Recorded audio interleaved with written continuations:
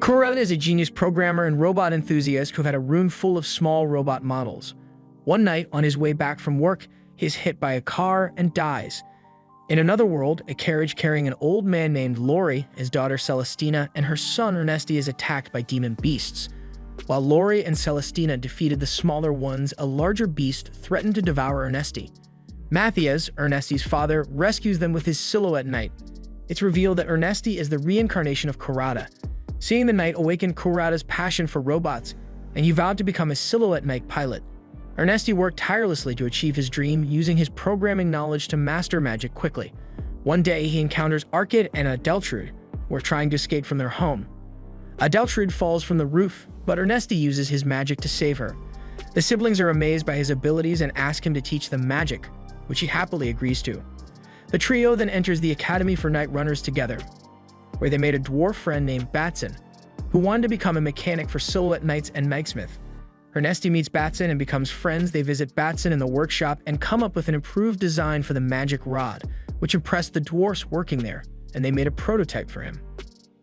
Ernesti's mastery of magic allowed him to skip the elementary level classes and attend middle school level lectures, which sparked rumors throughout the academy. 3 years later, Ernesti expressed his desire to learn more about the reactors that power the Silhouette Knights, but the technology was a national secret, even to the Knightsmith, crushing his dream of building his unique Silhouette Knight. During field exercises against demon beasts, Ernesti met Stefania, the older stepsister of his friends Arkid and Adeltrude, who quickly developed feelings for him, upsetting Adeltrude, who had also developed feelings for Ernesti. Meanwhile, Ernesti meets Edgar, a senior who pilots a customized Silhouette Knight and shows him the inside of the knight, but Ernesti quickly realizes that he's too small to pilot it as they are designed for adults. Later at night, when an alarm is sounded, the seniors jump into their Silhouette Knights while the young students start evacuating the area. Apparently, a group of demon beasts is heading their way. Ernesti sees that his friends Arkid and Adeltrude are worried about their sister, who's staying behind to fend off the demon beasts. So instead of evacuating with the other juniors, the three of them head out to help Stefania, and the other seniors fend off the attack. Ernesti realizes that something is wrong as there are too many demon beasts rampaging through the area. Nearby, a checkpoint is suddenly attacked by a division-class demon beast named Behemoth. While sending word ahead to their superior, the soldiers stationed there get into their Silhouette Knights and give up their lives trying to stall the Behemoth. Unfortunately, their attacks have no effect on the massive monster. Thanks to the intervention of Ernesti, Arkid, and Adeltrude, the damage done by the rampaging demon beasts in the forest is kept to a minimum. While they are celebrating their success, Ernesti is worried that the beasts might have been riled up like this because they were fleeing from something bigger and stronger. Upon learning that the Behemoth is heading towards the forest where students are conducting exercises, the Knights quickly rush to ensure their safety. The seniors piloted their Silhouette Knights to buy time, while others evacuated the area. However, one senior is unfortunately killed by the Behemoth, causing panic among the remaining Knights. Dietrich, one of the seniors, flees from the scene in his Silhouette Knight, leaving his comrades behind. Ernesti, witnessing Dietrich's cowardice, pursued him and discovered that he was in a state of shock. Ernesti takes control of Dietrich's Silhouette Knight by modifying its settings with his magical staves. With his piloting abilities, Ernesti engages in combat with the Behemoth and manages to injure it, but is unable to inflict significant damage. Eventually, the Silhouette Knight forces arrive with heavy weapons designed to defeat the Behemoth. As the battle continued, Ernesti noticed that the Silhouette Knight he was piloting was breaking apart. In a quick decision, he exited the robot and allowed Dietrich to pilot it. Ernesti then used his magical abilities to cast a massive air-based spell, combined with lightning from a sword stuck in the Behemoth's eye, which ultimately killed the beast. The king is impressed with Ernesti's bravery and requests to meet him in person after hearing of his heroic actions. Ernesti and his grandfather are summoned to the palace where they meet King Ambrosius. The king wishes to reward Ernesti for slaying Behemoth and asks him what he would like. Ernesti requests the knowledge on how to create reactors, which surprises the king's advisors. Ernesti explains that he wants to build his own Silhouette Knight from scratch, and for that, he needs to create his own power supply. Despite the advisors' protests, the king promises to give Ernesti the knowledge he seeks, but only if he can show evidence of putting it to good use by creating a Silhouette Knight that impresses him. Ernesti heads to the Knightsmith workshop at the academy where he meets David, in charge of development and maintenance of Silhouette Knights. David is initially reluctant to change the design of the robots they have, but Ernesti manages to convince him to add 2 additional arms to the back of the Silhouette Knights. These arms hold the magic rods, allowing the Knights to use magic and other weapons simultaneously. Ernesti also develops a lightweight design called the Silhouette Gear for night runners in training, which doesn't require a reactive function. Dietrich manages to get over the fact that he abandoned his comrades when he ran, and he dedicates himself to training, which helps motivate others. Some time passes, the first prototype of the new design is ready for testing. The pilot is none other than Helvi, as it is her Silhouette Knight that got modified during repairs. While she's having trouble properly controlling the robot due to the large increase in power of the additional arms that fire magic from his back, turn out to be a huge success. To put the new design to a proper test is sets up by a match between Helvi and Edgar. It becomes apparent just how much the new design is superior in power, as Edgar is forced to go all out against his opponent. Even that is not enough. Helvi overpowers Edgar before she can finish the match. She runs out of mana, revealing a major drawback of the new design, while everyone celebrates the massive success of the new unit. Ernesti and David continue to work on improving the design. Unfortunately, a spy from the workshop leaks information about the new model to a third party, causing concern for the safety and security of the new technology. As they brainstormed how to improve the designs of their Silhouette Knights, Ernesti made a few modifications to the Silhouette gears that enabled them to engage in actual combat. However, this drew the attention of Dixgard, one of the king's advisors, who was against the idea of sharing knowledge about the reactor with Ernesti. Dixgard sent his knights to retrieve the new models and their pilots and bring them to his fortress. On their way to the fortress, they are attacked by shaker worms, dangerous demon beasts that were lured there by an unknown individual. However, thanks to the advanced firepower of the new Silhouette Knights, they were able to defeat the beasts with ease. The group responsible for luring the shaker worms saw the potential of the new robots and sought to steal them. After delivering the Silhouette Knights to Dixgard, Ernesti stayed behind while the others returned to the academy. Dixgard is hesitant to trust Ernesti, as he is the first person to design a new robot model on his own. However, Ernesti is passionate about creating more designs and explained that the one he had presented was not good enough for the king. Dixgard eventually agreed to help Ernesti with his pursuit of new designs. Days later, Adeltrud became desperate to see Ernesti again, and David suggested that they use the excuse of delivering an overhauled model of Dietrich's Silhouette Knight to Dixgard to go visit him. However, a village within Dixgard's domain is attacked by demon beasts, and the standard Silhouette Knights stationed at the fortress are deployed to respond. This gave the group interest in stealing the new models an opportunity to observe their movements. Finally, Dietrich and his knights have finished preparing and remodeling their equipment. David, Adeltrud, Arkid, Batson, Edgar, and Dietrich embark on a journey towards Dixgard's territory, using the Silhouette gears to aid their travels. In another location, Silhouette Knights dispatched to combat demon beasts succeed in their mission, but the messenger they send back to their fortress is ambushed and killed by a group attempting to steal the new model of Silhouette Knights. The group, led by Kerhilt, infiltrates the fortress by piloting the messenger's Silhouette Knight while pretending to be the messenger. They quickly locate the new Silhouette Knights and take control of them before Dixgard's men realize what has happened.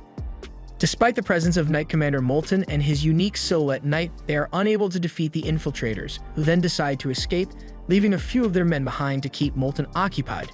While trying to flee, Kerhilt's group encounters students from the academy, leading to a battle where Dietrich and Edgar are left to fight in their Silhouette Knights against the invaders, while the others rush to the fortress. Although Dietrich and Edgar put up a good fight, they are outnumbered and Dietrich is slowed down by one of the invaders, while Edgar pursues Kerhilt. Adeltrud and Arkit join Edgar in the fight by jumping into their Silhouette gears, and once David and Batson arrive at the fortress, Ernesti enters his Silhouette gear and joins Molten to take down the new models. Meanwhile, Edgar, fighting in his old model against Kerhilt, gets defeated.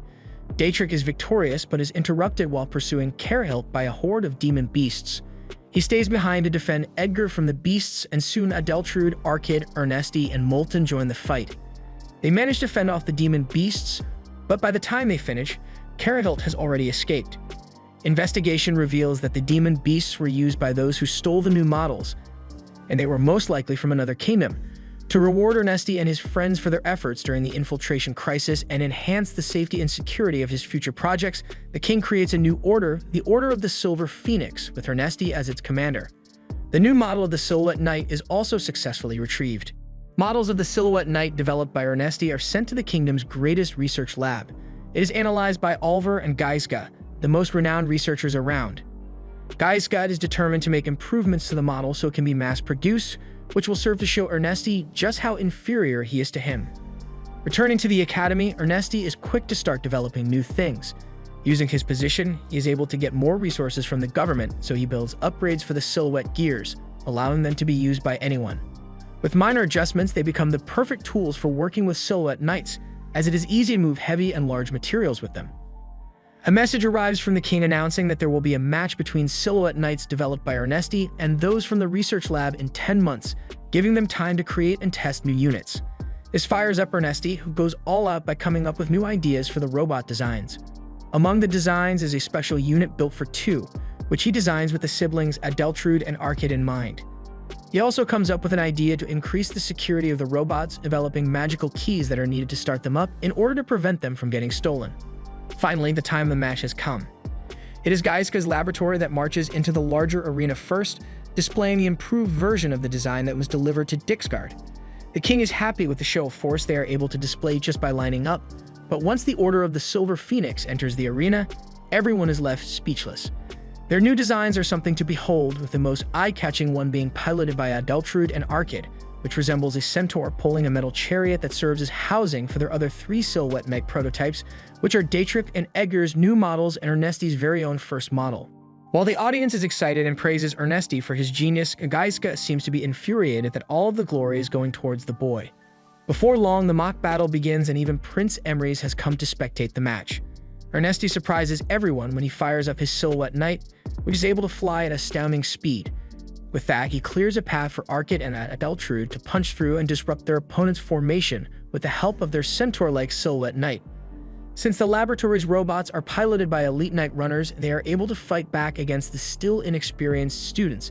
But even so, Ernesti's unit is coming out on top thanks to the unique designs and immense power of their silhouette knights.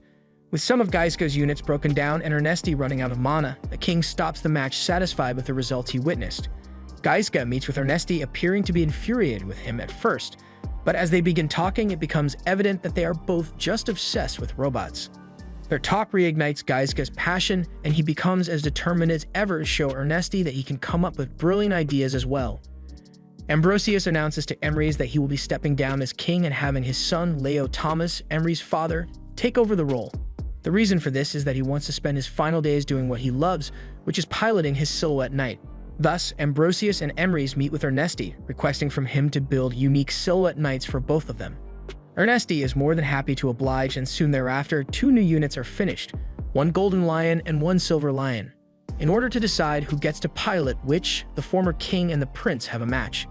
It is evident that Ambrosius is a skilled warrior, but Emrys is able to hold on, both engage in a fierce but friendly battle. At first, Emrys having a difficult time to find an opening for an attack, but thanks to his youth and critical thinking, he comes with a strategy, which helps him to prevail and defeat his grandfather. Thus, Emrys gets to pilot the Golden Lion unit, while the former king gets the silver one. A swarm of shell-cased beasts is spotted marching towards the town of Alfheim, where all the kingdom's ether reactors are made. Upon hearing this news, Ernesti becomes furious and immediately mobilizes his order. They rush to defend the town just in time to ward off the attack.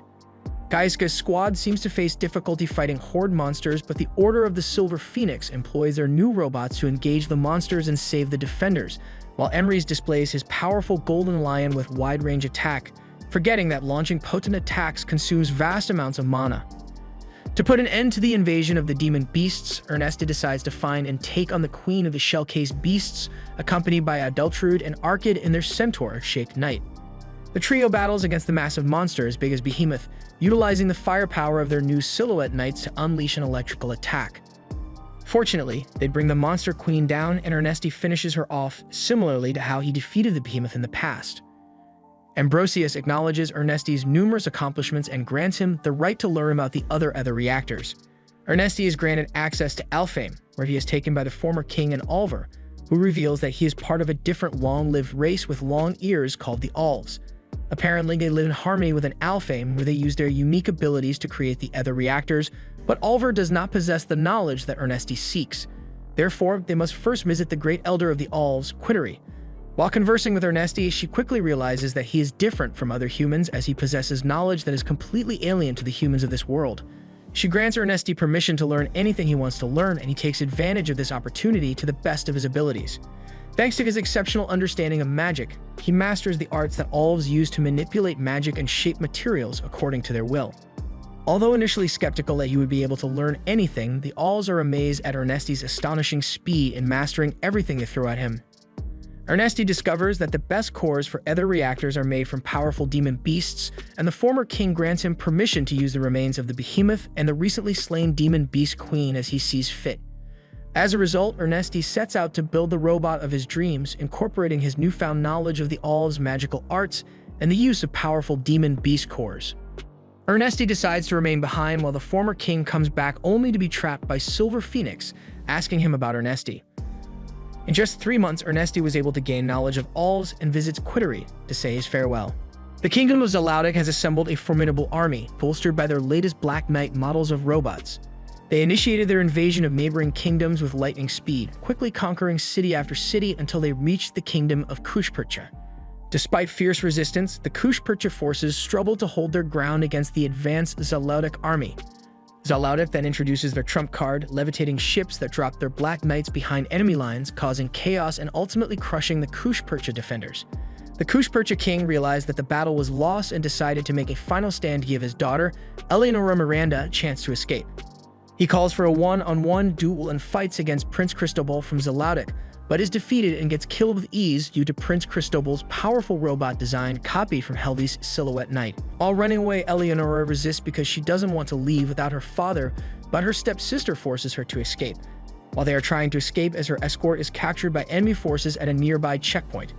The next day, the Order of the Silver Phoenix, led by Prince Emrys, arrived at a checkpoint that was previously under Kushpercha control, but had been taken over by Zalaudic's forces. They attacked, and Ernesti used this opportunity to test his brand new Silhouette Knight model named Ikaruga, which proved to be exceptional, taking out enemy Black Knights with ease. Upon examining the design of the Black Knights, they quickly realized that it was based on the model that had been stolen from them some time ago. They began to wreak havoc along the border, taking out Zalaudic patrols. Upon learning of Eleonora's forced marriage to Prince Cristobal, Ernesti and his companions begin devising a plan to rescue her. However, their presence was quickly discovered by Cristobal, who was on high alert due to the recent battles with the Kushpercha and the Order of the Silver Phoenix. Zalaudic's forces were unnerved by the legend of the Grim Reaper with the demon mask, based on Ernesti's Silhouette Knight, which is spreading fear among their ranks. They sent airships to locate the demon and bring it down. However, upon finding their target, it turned out to be Datrix's unit. Gustavo, the commander of the airship, confidently dropped his units down into battle. Datrix is surprised to see his knight covered with so many swords, but thanks to Ernesti's upgrades in his knight. After a fierce battle, Gustavo loses his confidence as he is unable to defeat Datrix in combat. In the end, Gustavo's forces were forced into a hasty retreat as they began to lose the battle. Emrys seeks the assistance of Ernesti to save the princess and her aides, who are related to the prince, as a tribute to the close relationship between the Kushpercha and the royal family. They plan to infiltrate the captured city in disguise, using silhouette gears to sneak into the palace. However, the princess is initially reluctant to leave, feeling hopeless and alone. Arkid convinces her to accompany him by offering to become her personal knight and support her unconditionally. Emrys and Ernesti successfully rescue Martina and Isodola without any trouble, allowing them to leave the city undetected. After realizing what happened, Zalaudic's General Doroteo gives pursuit with a flying ship. With the help of Kojal Horacio, the genius engineer behind the airship design, they are able to figure out where the princess is fleeing towards and catch up with Ernesti's unit. When Ernesti sees the flying ship, he gets so excited by its design that he immediately flies up with his Silhouette Knight to get a closer look. This shocks Kojal and the Doroteo troops on board, as they have never seen a flying robot before. Unable to fight back against Ernesti's Silhouette Knight, Doroteo gives the order to retreat immediately. Upon returning, Doroteo is reprimanded for his failure, while Kojal begins working on countermeasures against the flying robot he saw in Ernesti's unit. They arrive at a Kushpercha relay station that is still free, and with the help of Ernesti's genius ideas, they upgrade the robots using scraps salvaged from the Black Knight units they defeated. As a result of these upgrades, they are able to turn the tide of the war and start winning ground battles against Zalaudic's forces. Eleanor is troubled by the weight of the responsibility she will have to take on as she returns as queen to liberate her land, but Arkid is there for her, encouraging her and giving her confidence that she can do it. Not only that, but he also prevents an assassination attempt against her orchestrated by Carhilt and her group. This time, Carhilt's plans go south as the men she sent to steal new Silhouette Knights are unable to activate them thanks to Ernesti's magical start keys. Edgar ends up facing Carhilt in battle, using his state-of-the-art robot to secure victory. Upon learning the location of the princess, Cristobal mobilizes his troops and sends them towards the relay station. The massive army quickly destroys all opposition along the way, luring them into a false sense of security. It is then revealed that Ernesti and his team spring a trap on them, using brand new weapons to fight against flying ships. They start shooting down the ships from the air, and Cristobal's ground troops have similar success as they are destroyed by the trap they walked into. He is stunned to see the weapon able to reach the aircraft altitude. Ernesti wreaks havoc and spreads fear among Cristobal's men, forcing him to sound the retreat, but Kojal notices something and asks the airship pilot to stay behind Cristobal's ship. However, Ernesti has no intention of allowing Cristobal to flee, so he catches up with the fleeing ship and threatens to shut it down. Cristobal pilots his own robot, and they have a duel on top of the flying ship. As expected, Cristobal is no match for Ernesti's powerful silhouette knight. Trying to negotiate his way out, Cristobal quickly realizes he has nothing to offer Ernesti, and refusing to let him have his robot, he ends up destroying the flying ship he is standing on, together with himself. Witnessing this, the remains of Cristobal's troops rout and flee from the battle, returning with news of his death. Kojal proposes to his sister that he will develop a weapon capable of destroying the Grim Reaper that took their prince's life. Encouraged by their victory over the kingdom of Zalaudic, Eleanor takes up the mantle of the queen, promising to lead her troops into battle and liberate all occupied lands. Meanwhile, Ernesti salvages the remains of the flying ships, figuring out how they work. Eleanor's liberation campaign proceeds smoothly, and they are able to take back town after town, until one day they face a brand new flying machine, a giant weapon modeled after a dragon, an ancient demon beast named the Weaver. Doroteo is given the honor of being its captain, and by showing off the power of the Weaver, he vows to avenge the fallen Prince Cristobal. The Weaver's devastating main weapons set the entire city on fire, and the worst part is that only Ernesti is able to fight against it as it flies and uses countermeasures against ground weapons fire. Elsewhere, Kojal laughs, saying that Ernesti is no match for his creation Weaver. Gustavo is getting his rematch against Dietrich and a new, improved robot. However, Dietrich is not an easy opponent, especially with Gustavo pushing his new ether reactor beyond its limits. The new robot shuts down just in time as Dietrich was about to run out of mana. In the sky, Ernesti is slowly but surely getting the upper hand, but at that moment, Doroteo deploys a new weapon by using a special smokescreen created by Kojal Horacio. Ernesti's silhouette knight, Ikaruga, gets its jets clog up and can no longer maintain flight, forcing him down to the ground. This allows Doroteo to unleash all of the Weaver's firepower on him, but Ernesti is able to repel its attacks with an equally powerful attack, just long enough for Weaver's mana to run below safe levels with a retreat signal from Gustavo. Doroteo's forces withdraw, but the battle is not a victory for either side. Ernesti realizes just how close he was to getting defeated in this battle, so he starts coming up with ways to fight the Weaver. Meanwhile, Kojal installs a new and vastly superior ether reactor into the Weaver. Apparently, it is so powerful that it is dangerous to use, but he still wants to give it a try. While trying to come up with a strategy to fight against Zalaudic forces, now that they have the Weaver, Eleonora suggests launching an all-out attack against their captured capital. It will be the last thing they will expect, and if they succeed, it will be a devastating blow against the invading forces. Everyone agrees with their plan, and they formulate a strategy on how to retake the city. After giving a speech to motivate the troops, Eleonora joins them in their massive war. After making quick progress towards the city, they clash against Zalaudic's Black Knights. While the ground battle is outside of the city walls, Ernesti leads a small squad of Silhouette Gears into the city to lower the drawbridges and open the gates for the Silhouette Knights. Before long, the Weaver joins the fight with more flying ships on board. Kojal is surprised to see that Ernesti has copied his flying ship design and made a flying ship of his own, which now makes his first appearance. As the war continues, countermeasures are in place for Weaver's smokescreen. Ernesti is more than ready for his rematch to lure the Weaver away from the ground troops. Ernesti lures Doroteo to come after him all the way above the clouds. There starts his assault on the Weaver, which proves to be very effective as it forces Doroteo to quickly resort to the new danger of a reactor by activating it. A barrier of pure mana is created around the Weaver, rendering all ranged weapons entirely useless against it. Meanwhile, the ground battle is proceeding well, with the Silhouette Gears successfully opening the way for the ground troops to enter the city. Ernesti puts his robot into overdrive, punching through the powerful barrier. He is determined to put an end to Kojal's creations, as he does not want this world to use weapons in the same way as his previous world. Instead, he wants the future of this world to be entirely based around robots. Thanks to his unwavering determination, he pushes his robot like never before, which proves to be enough to break through Weaver's defenses. Realizing that the Weaver is going down, Kojal quickly abandons the ship, while Doroteo swears that he will at least take the queen down with him. To do so, he directs the Weaver away from Ernesti and towards Eleonora's camp. Ernesti is doing all he can to prevent the Weaver from reaching the queen, slowing down its progress with all the might his robot can produce on board Ernesti's flying ship. Arkid realizes what is going on, so he directs David and Batson to bring the ship after the Weaver. Catching up with the Weaver, Arkid pilots his robot and charges at Weaver's control center, where Dorotio is piloting it from.